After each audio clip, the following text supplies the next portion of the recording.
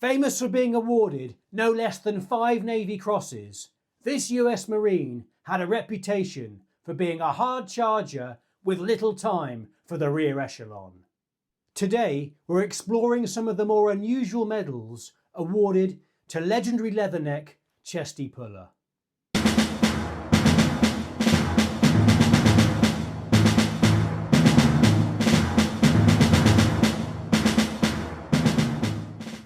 Over the years, military historians have paid much attention to Puller's gallantry medals, especially his 5 Navy Crosses. But for this video, I thought it would be interesting to shine a spotlight on some of his more exotic, unusual and obscure US campaign medals from the early part of his career. Here's Chesty Puller's ribbons. We're going to look at the medals and stories behind these 3 ribbons here.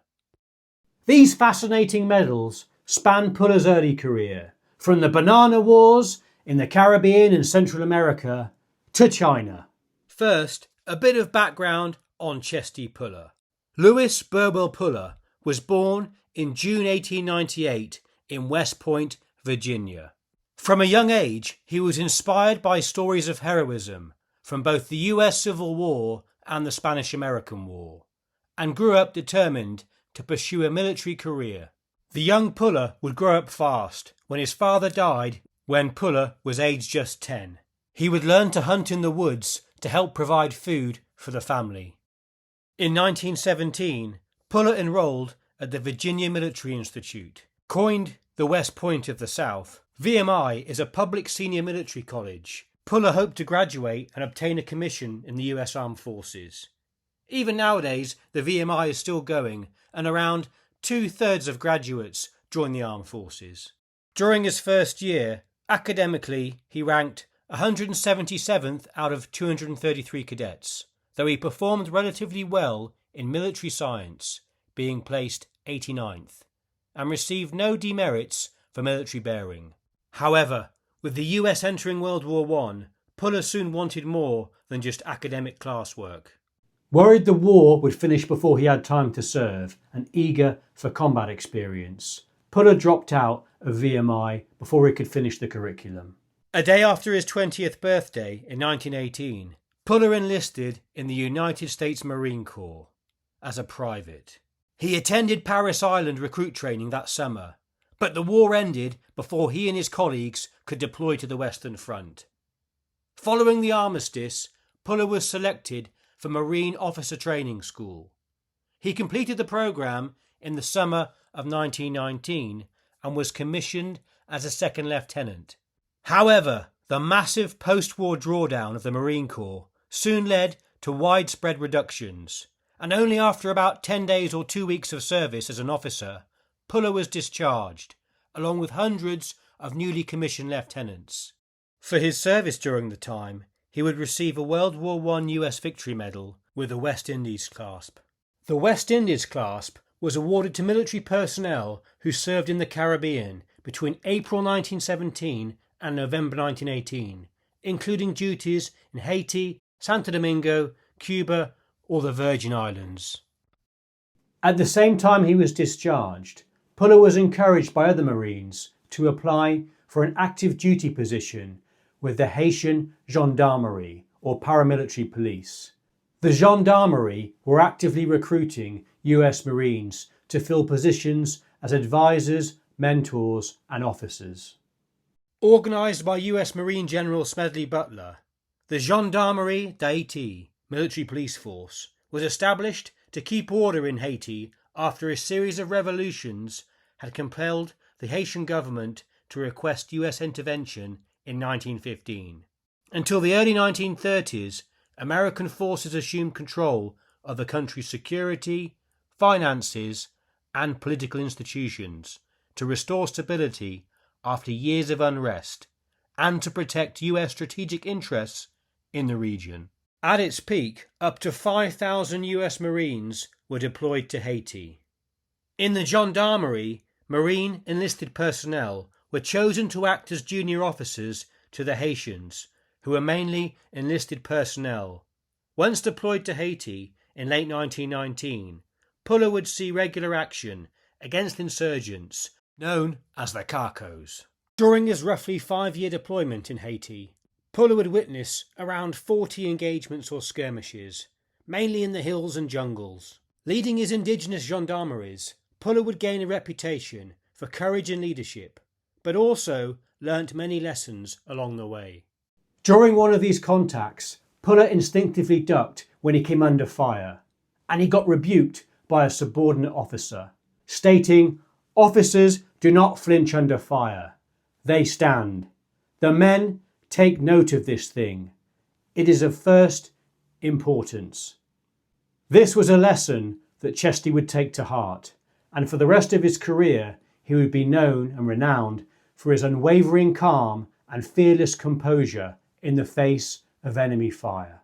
For his service in Haiti, Puller was awarded the Haitian Medal Militaire.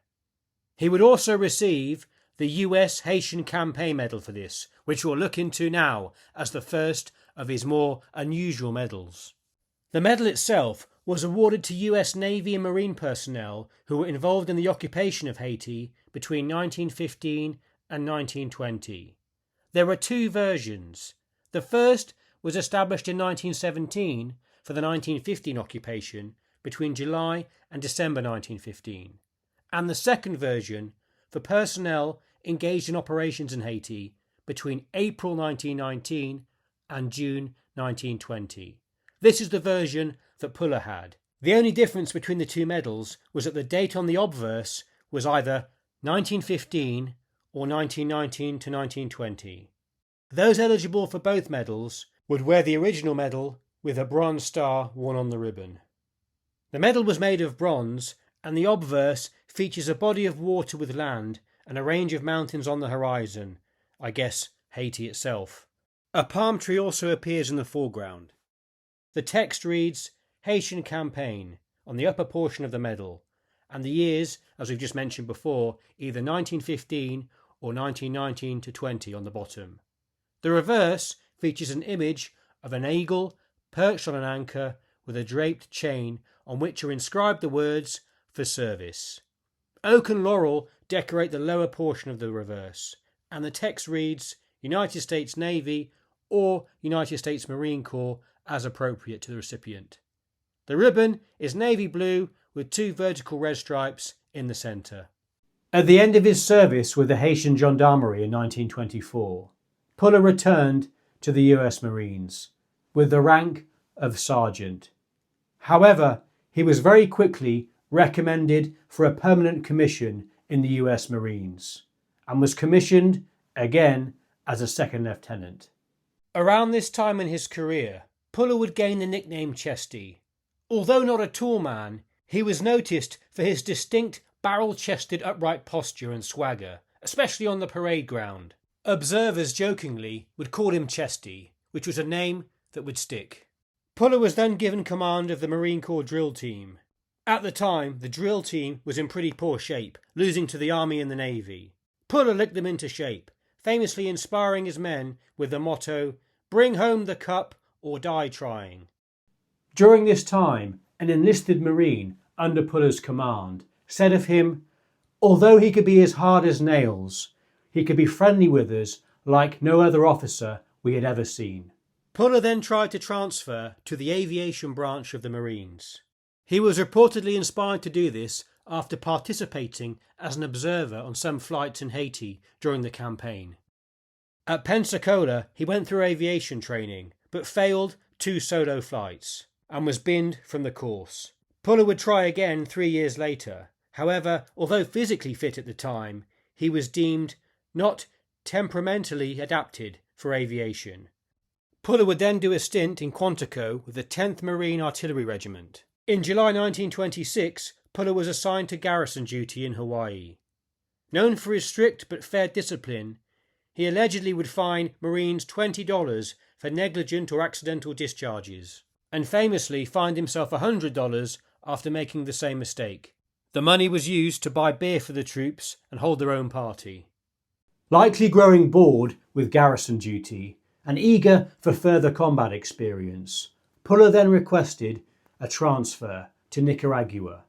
where there was ongoing civil unrest, banditry, and guerrilla resistance to the US occupation. Here would be an opportunity for further active service. The United States had occupied Nicaragua since 1912 to promote American economic interests, maintain regional stability, and prevent foreign powers from threatening the strategic Panama Canal. Arriving in Nicaragua, Puller was initially assigned as a staff officer.